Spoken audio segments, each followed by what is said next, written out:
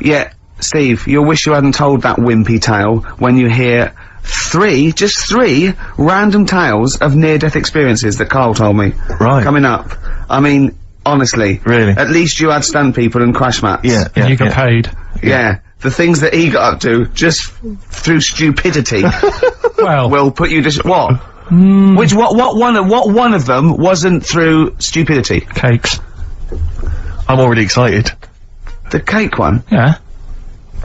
Which one's that? Sorry, you had a near-death experience involving a Hold cake? on, I've got three. I've got the paper round, the Snicking Slate, and the Mr. Freeze. What's the cake one? Yeah, I suppose. Look at the cream cake. Oh! Yeah. Right, now you're talking in riddles. Can we have these next? Yeah, play a record. Cooper Temple Claws. Who needs enemies? Good question, lads. Nobody. 6FM 104.9. I'm Ricky Gervais. Oh, they should print a little book of those. They're great. Oh, how you can relate any song or artist to anything else. Easy. Joyful. Easy. Well, yeah, so, me and Carl went out, for a beer, and it was great, wasn't it? Yeah, enjoy We started off, good. and you met my mate, Robbie, didn't you? Yeah. And, some of the stories. Do you want to tell Steve some things about Robin that you Robin. learned? Do you know him well? Yes. Well, do you know about his worm problem as a kid? Go on. Right. What I can remember is he had worms as a kid. Not sure how you get him, he never answered me, he was getting a bit touchy about it. Right. This is like the second time I met him. I think he was a bit annoyed that Ricky told me about his problem. What now straight away, you not being there, instinctively, what do you think went on with this story about worms? My suspicion is rather like when you told a group of people that Robin had once suckled milk from a cow's udder. Yeah. Yeah, did he mention that as well? Yeah. Yeah. My suspicion is that, like the cow story, the worm story is not true. But And why would he get so sort of uppity about it? Well, Because it's not true. imagine if that wasn't the first time he'd done it. Imagine if he did that every single time he was with somebody for the first time and Robin was just met them. He will tell that story to anyone. But they do say there's no smoke without fire. Oh, Robin! I also told him... That's a fable. I also told him that the way Robin cured these worms was because the doctor told his mother, right, to hold a piece of ham or cheese near Robin's anus so the worms would come out for the food, and he believed it. I'll tell you why, though. I said to Robin used to sit on spam to try and get the worms out, and he believed it. But Steve, right, do you remember that story about 3 or 4 years ago where there was some bloke in the army? He went away to somewhere, Vietnam or whatever.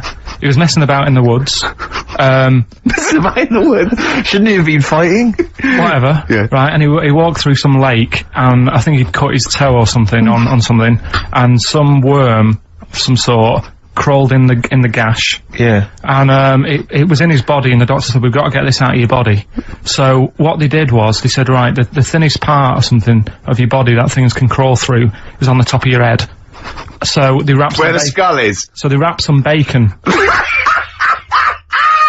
they didn't! They did. That's right. that thing. So he's gone in by the toe.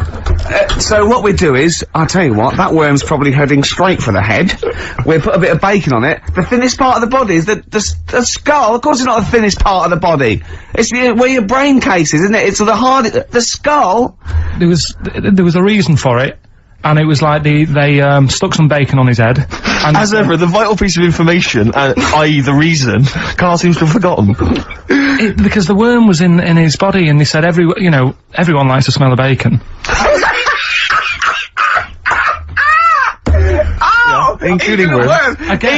Even a Vietnamese lake worm. They love bacon. Remember last week when I said about the little fella with the bone with no brain, and you were proved wrong? No. No. We were saying it wasn't a little fella. We were saying it was a stillborn child. It wasn't a little fella. You're changing it now. You weren't having any of it last week. Right, hang on a minute. I'm getting confused. There was a Vietnamese snake that went inside of a soldier. A little, like, maggot or some sort that you have to get out of your body because it causes problems. Yes, and so in order to get it out of the body, they strapped bacon to his head. Yeah. That is great. This doctor. And did that work? I think so. They had a picture of him smiling. Oh, God, what, the worm or the bloke? The bloke. Oh, dear. Honestly, I hope someone knows the story, and I can just it was about 3 years ago, I reckon. Okay. And, yeah, it did work. GI bacon. So this is why when so what, the worm burrowed out of his head to get the bacon? get to the bacon. Right. That's great. So this is why when Robin was telling his story, I was a little bit disappointed if it wasn't true. Right. Because in a way, You know Robin's never been to Vietnam. No, but what do you really think that Robin, well, as Robin said at the time, Carl, why would I sit on ham then tell Ricky Gervais? It's a very good point. because if he was a kid, you do daft things like that as a kid. Right. You know It's what I the mean? telling Ricky Gervais, though. Yeah. And then, Yeah. oh, bless him. Okay. And then anyway, then, Robin left, and, I tried to chase him, but he got away, and he knows that we've, yeah. And then we had a few pints, and then, Carl embarked on some of the greatest stories ever told. Can you tell the story about your dad? Let me run it. I haven't spoke to him all week, so let me run it by him. Okay, play a record. Because you know, What we got? we've got one of Steve's. Yeah, well, bizarrely enough, this comes from the Teachers 2 soundtrack, the soundtrack to the current TV series. There's a slight whiff of nepotism in the air. Yeah. Rick, would you like to explain why? Well, that's why you're doing it, though my girlfriend, worked on it. But, Yeah. you were gonna play this anyway, weren't you? Well, I was actually. Bizarrely enough, I was going to play some I Am Clute, and this is from, as I say, the Teachers soundtrack. And this is called To You. It's a good track. I Am Clute, a track called To You from the Teachers soundtrack. That's also got, I noticed the Electric Soft Parade, The Hives, Star Sailor, Feeder, Turin Breaks, Mercury Rev on there. It's a good little collection. Lovely. Carl, has just had confirmation. He's looking smug because someone phoned up and went, "It is true. It's a Laogai chi worm, and you wrap bacon around your head." That's all the bloke knew as well. Yeah. And his name was Gary. Yeah. So I'm not having it. No. And he said, see, that's why the Robin thing isn't so weird. He said, but when you said he tried it with cheese, he said I was having none of it. Strokes, hard to explain. Like Carl, really. Yes. Yes. So, Carl, concentrate. Yeah, go on. So, we'll leave the worm with the bacon wrapped round the head, shall we? Well, if you're ever caught in the jungle, Yeah. Always carry some... bit of Danish. Good advice. Lovely. So, would you like to start on your, to Steve, because I've heard all these. We won't do them all. We'll start off with the Mr. Freeze. Tell Steve the story of Mr. Freeze. This is the first time he nearly died. This is the most serious of the lot, really. So, what it was, do you know, like, I don't know if your mum and dad did the same thing, but, like, they do the weekly shopping on like a Friday. Yeah. So when you got to Thursday, there wouldn't be much stuff left in the cupboard. It'd just be like, you know, your Jacob's crackers and stuff like that. So when they'd been to the supermarket and they came back, I was like, you know, what's that saying? Like a pig in... You know, I loved it. It was like loads of food coming in, loads of biscuits. He nearly said, What is that saying? he nearly said pig in shit. Right. Is that the saying? Yeah. Right. So yeah, all this food comes in. Thank God he didn't. Otherwise he'd have been in trouble. That's true enough. Because he's culpable for our actions, because Exactly. he's the producer. So technically, that twat's in charge. Go on. Right, so anyway, so there's loads of food, and I'm like, oh yeah, look at this, and chocolate biscuits, and, you know, penguins and stuff. Bacon. So, and bacon. Just in case, you never know. So anyway, my mum and dad's putting the food away. Me and our kid are like, he's already grabbed something, gone back upstairs. It's like feral children. it's like a quest for fire. And then they run upstairs. What, did he just sit under the bed, gnawing at some sort of pig's trotter? So I saw, do you remember Mr. Freeze Pops? I do, yes. Well, they're kind of like popsicles, icicles. Yeah, but really long, like a foot long, right? So I thought, I'll have one of them, so I grabbed it. Went for the nutritious stuff first. Absolutely. And like my mum and dad are putting this stuff away and what have you. And I rip it open and knock it back, right? Straight away, just right back like Swallow it that. straight Right, away, yeah. But it went down the wrong way, right? So I What, was down like, your shirt?